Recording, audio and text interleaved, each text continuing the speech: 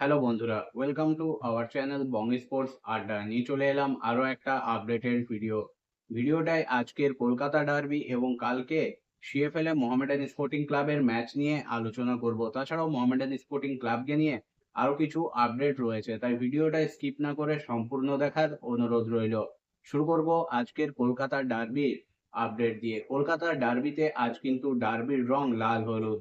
পুরো ম্যাচে একচ্ছত্র আধিপত্য বজায় রেখে 2-1 গোলে ডার্বি জিতলো ইস্টবেঙ্গল। পুরো ম্যাচেই কিন্তু ইস্টবেঙ্গল ডমিনেট করেছে।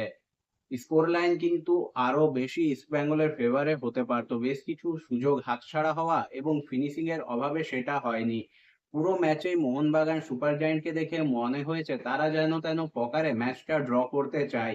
একবারও মোহনবাগানকে দেখে মনে হয়নি তারা ম্যাচটা জেতার জন্য খেলছে। অসহ্য ভুল পাস এবং নিজেদের ডিফেন্সিভ থার্ডেই কিন্তু আটকে ছিল Mohun Bagan super giant.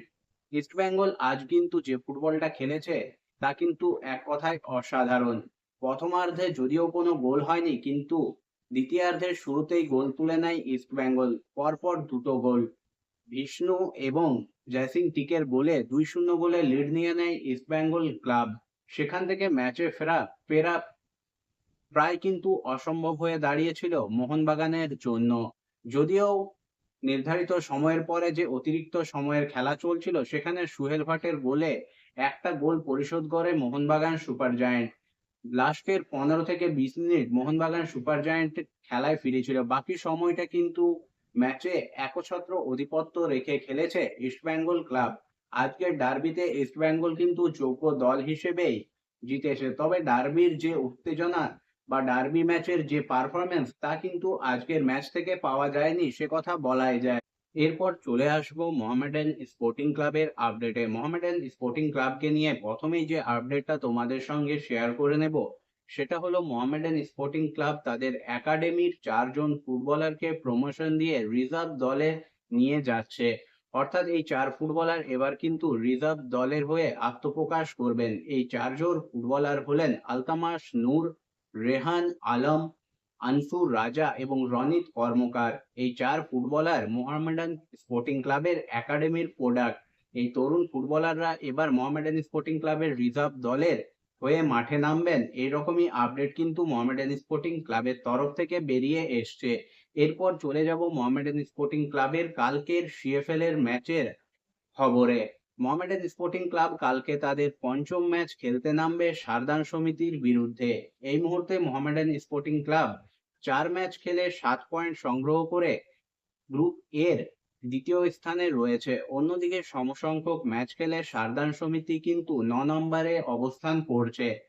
Mohammedan Sporting club যেখানে লাস্ট ম্যাচে আর্মির বিরুদ্ধে 3-1 গোলের জয় পেয়েছে, সেখানে কিন্তু সারদান সমিতিও ওয়ারি অ্যাথলেটিক ক্লাবকে 3-0 গোলে পরাজিত করেছে। অর্থাৎ দুটো দলেই কিন্তু নিজেদের লাস্ট ম্যাচ জিতে পরস্পরের মুখোমুখি হতে চলেছে কালকের ম্যাচে। প্রথম ম্যাচে জয়লাভের পর পরপর 2 ম্যাচে কিন্তু পয়েন্ট নষ্ট করেছিল মোহামেডান স্পোর্টিং ক্লাব। তারপর কিন্তু যথেষ্ট চাপে ছিল সাদা কালো শিবির, কিন্তু গত ম্যাচে আর্মি রেডকে হারানোর পর আত্মবিশ্বাস ফিরে পেয়েছে সাদা কালো শিবির এবং সেই আত্মবিশ্বাসকে সঙ্গী করেই কালকের ম্যাচে নামছে মোহামেডান স্পোর্টিং ক্লাব। কালকে তারা চাইবে সারদান সমিতিকে হারিয়ে গ্রুপ এর শীর্ষে অবস্থান করতে। এই মুহূর্তে মোহামেডান স্পোর্টিং ক্লাবের কিন্তু গোল পার্থক্য বাকি দলগুলোর তুলনায় যথেষ্ট ভালো রয়েছে, তাই কালকের ম্যাচটা জিতলেই মোহামেডান স্পোর্টিং ক্লাব কিন্তু 1 নম্বরে উঠে আসবে। অন্যদিকে সারদান সমিতি চাইবে এই ম্যাচটা থেকে কোনোভাবে যদি পয়েন্ট ছিনিয়ে নেওয়া যায়, তবে তাদের পক্ষে কিন্তু এই ম্যাচটা সহজ হবে না, কারণ গত ম্যাচের আত্মবিশ্বাস এবং ফর্ম দুটোই কিন্তু ফিরে পেয়েছে মোহামেডান স্পোর্টিং ক্লাব। প্রথম ম্যাচের বেশ কিছু ঝলক কিন্তু আমরা আর্মি ম্যাচে দেখতে পেয়েছি। উইং প্লে, মাঝমাঠ এবং অ্যাটাকিং লাইনে মোহামেডান স্পোর্টিং ক্লাব কিন্তু দুর্দান্ত খেলেছে আর্মি রেডের বিরুদ্ধে। বিশেষ করে কথা বলতে হয় ইসরাফিল দেওয়ানের। এই প্লেয়ারটি কিন্তু মোহামেডান স্পোর্টিং ক্লাবের ভবিষ্যতের তারকা। তার খেলা কিন্তু সকলকেই মুগ্ধ করেছে। প্রতি ম্যাচেই কিন্তু নিজের ছাপ রেখে যাচ্ছেন তরুণ এই ফুটবলারটি। মোহামেডান স্পোর্টিং ক্লাব কালকের ম্যাচটা জিতে কিন্তু লিগ টেবিলে নিজেদের অবস্থান আরো মজবুত করে নিতে চাইবে, সে বিষয়ে কোনো সন্দেহ নেই। বন্ধুরা, তোমাদের কি মনে হয় কালকের ম্যাচটা কে জিতবে, মোহামেডান স্পোর্টিং ক্লাব নাকি কোনো চমক দেবে আবার সারদান সমিতি? অবশ্যই সেটা তোমরা কমেন্ট করে জানিও। কালকের ম্যাচে Mohammedan Sporting Club clear favourite, সে বিষয়ে কোনো সন্দেহ নেই। বন্ধুরা, কালকের ম্যাচটা হবে মোহামেডান স্পোর্টিং ক্লাবে নিজেদের ঘরের মাঠে বিকেল 3টা থেকে। ম্যাচটা লাইভ দেখা যাবে জি 24 ঘন্টা এবং জি ওটিটি অ্যাপে। বন্ধুরা, ভিডিওটা আজকে এই পর্যন্তই। ভিডিওটা যদি ভালো লেগে থাকে তাহলে অবশ্যই লাইক, কমেন্ট এবং শেয়ার করে দিও। চ্যানেলটাকে সাবস্ক্রাইব করে নিয়ে নোটিফিকেশন বেল অন করে নিও এইরকমই আপডেটেড ভিডিও পাওয়ার জন্য। দেখা হবে পরের ভিডিওতে।